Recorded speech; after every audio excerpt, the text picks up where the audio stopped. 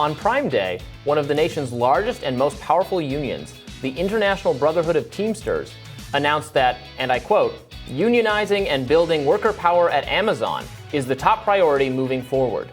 The group plans to create a specific Amazon division of the group to, quote, "build the types of worker and community power necessary to take on one of the powerful corporations in the world and win." Yeah, look, I'm looking forward to this. I'm thankful for the Teamsters for jumping in the gap here and taking this on at a national level. We've seen some local fights that haven't gone the workers' ways. Unfortunately, thank goodness that the Teamsters are jumping in here to kind of take this on en masse and not on a state-by-state level. Wait a minute, it hasn't gone the workers' ways. I mean, they voted and the workers decided they didn't want to be in a union, right? I mean, I think that's a little presumptuous to assume that, of course, the workers would want to be affiliated with a union. Maybe they feel like being affiliated with the union isn't in their best interest. In fact, the Teamsters, like other unions, but in fact, particularly the Teamsters, have long been associated with organized crime and mafia-like activity. Oh, come they on. have people in jail for corruption. Are we really bringing Jimmy Hoffa back into the Teamsters role here? Because let's talk about this. We have done multiple segments on this show where we have basically agreed on the fact that workers work under unfair conditions, right, under complete surveillance, which I think you're against as a libertarian, and for, in many ways, subpar wages as to what they subject themselves to physically. Right. The only way to prevent that is to have a union that negotiates with your employer for this. I don't care if you call it Teamsters, you call it IATA, whoever you call it, it's still a group of workers fighting for their rights, and that's essentially a union. So I think that it is great that they are taking on this. Now, what's happened in the past in the union fights before, like, it's not like that they just run a campaign to the workers and the workers are trying to organize. I mean, Amazon runs its own counter campaign to try to stop this. It's not a one-sided battle, and workers said, well, we looked at all the merits of it, and it wasn't great. No, it's a two-sided battle. I mean, I'm sure there's distortions going on both sides, right? Yes, I'm sure Amazon distorts things, but so do the Teamsters, so do the... I mean, look... And then they decide, and then the workers decide which way they want to go, and you know what? I'm more power to them. If they decide that they think their rights are best represented by joining a union, great, they should do that.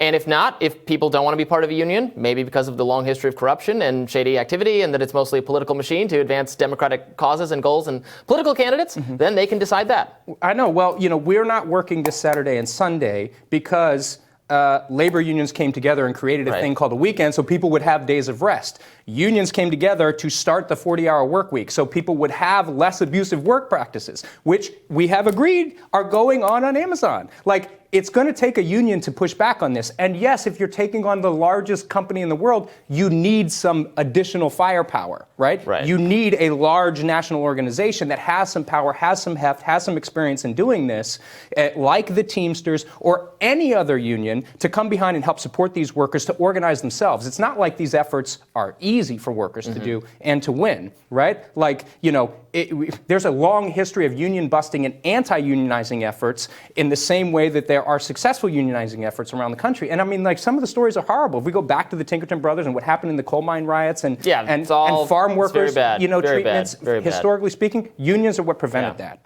And so we need to have some kind of check on Amazon. And right now there isn't one. And thankfully the Teamsters have taken up the mantle here and saying, look, we're going to step in the gap here because American workers are essentially being mistreated and commoditized in a way that is incredibly detrimental to their health, to their well-being, and to their to their mental state. And we got to be better than that.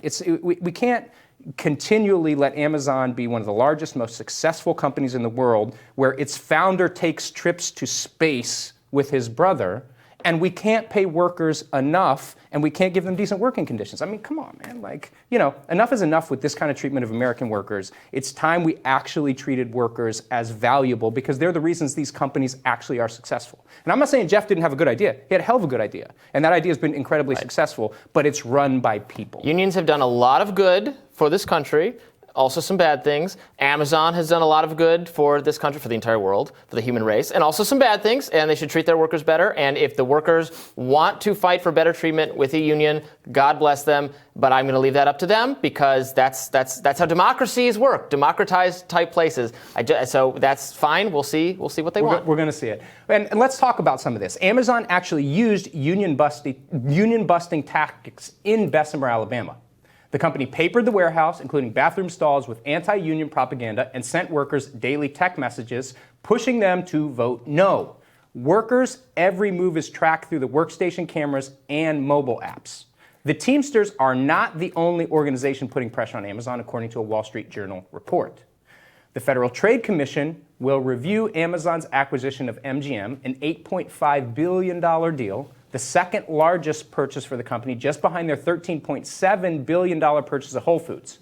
The merger could face major scrutiny. New FTC Chair Lina Khan authored the piece, Amazon's Antitrust Paradox, and argued that the current emphasis on the consumer welfare standard in antitrust enforcement has made it difficult to counter the competitive harms of online platforms. Okay, well, I just want to say first, anti-union propaganda, I mean, sure, but all like political advocacy, persuasive stuff ends up sounding like propaganda. I'm sure the pro-union arguments end up sounding that way too. It's just I don't like that when one side will say, oh, the other side is engaging in like unfair campaign tactics because they're bothering to persuade people to vote their way. How dare they do that? People should always vote my way. People thinking for themselves and choosing something else, that's unfair. That's anti-democratic. It's only democratic if you do what I want to say. Like, we hear that all the time. Yeah, I don't think that's fundamentally the argument, though. The conversation here is like the workers chose to take a vote. Right. And then Amazon specifically ran a campaign to make them vote a certain way, right? Like, that's the question here, and that clearly but you get stronger. I don't have a lot of history with these kinds of unions. I know people in media, in media companies that have become unionized, and there's plenty of strong arming going on from the pro-union side to kind of like guilt people into wanting to be part of it. Well, look, I mean, if the strong arming protects workers, then I'm all for it, because it's very clear that Amazon is strong arming the workers. I mean, these people are being tracked by mobile apps and 700 cameras in warehouses, right? Like, I mean, it's a pretty oppressive environment. But like, I want to talk about the MGM purchase, right, because it actually makes me a little sad, right? Yeah. Like, I'm an old film guy. This is what I studied. This is, essentially what I still do to a certain extent today. And they're buying up another studio that has a long history of making incredibly, kind of moving films and some of the most successful films in the history. Some films that, like, you and I have seen probably dozens of times in our lifetime, and Amazon's going to own them too. I mean, the problem with this, to me, as someone who started their career as an artist, is when you start to homogenize these things and they become large and owned by these giant corporations, it becomes all data-centric. And when it's data-centric, you kind of push the creativity out of arguments, because a lot of art is really, it's a counterbalance to what's going on in the world and like these big, large forces. It's rebelling against that. And it's rebelling against that in speaking to, kind of human nature and self-determination. So, look, I hear you, and there has been some consolidation in the entertainment space, but I don't know what kind of movies you like. Maybe you're only a fan of like classic Hollywood type stuff, but there is so much good television, good films across streaming platforms. From my perspective, we're living in a time, like a golden era of, like, there's far more hours of things I want to watch than there are hours in my day to watch them. Mm-hmm. So I'm not. This is part of my issue with sort of antitrust type things. I actually see a proliferation of great stuff going on. I haven't seen a lot of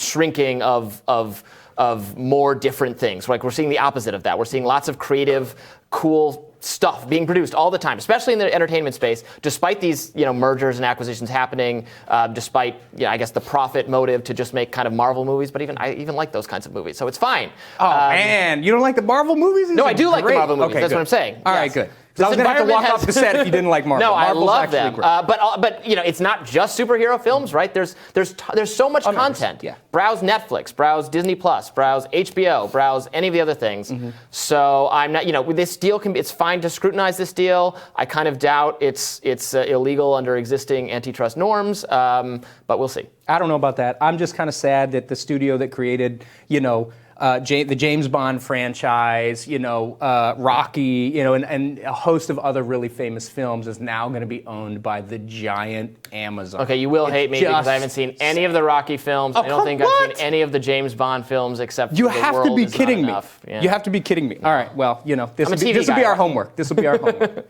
But I do agree, there is a lot of great content out there, and heading on to the content creators who are doing it. Tomorrow on Rising, we have another amazing panel with the one and only Will Jawando and Inez Stepman.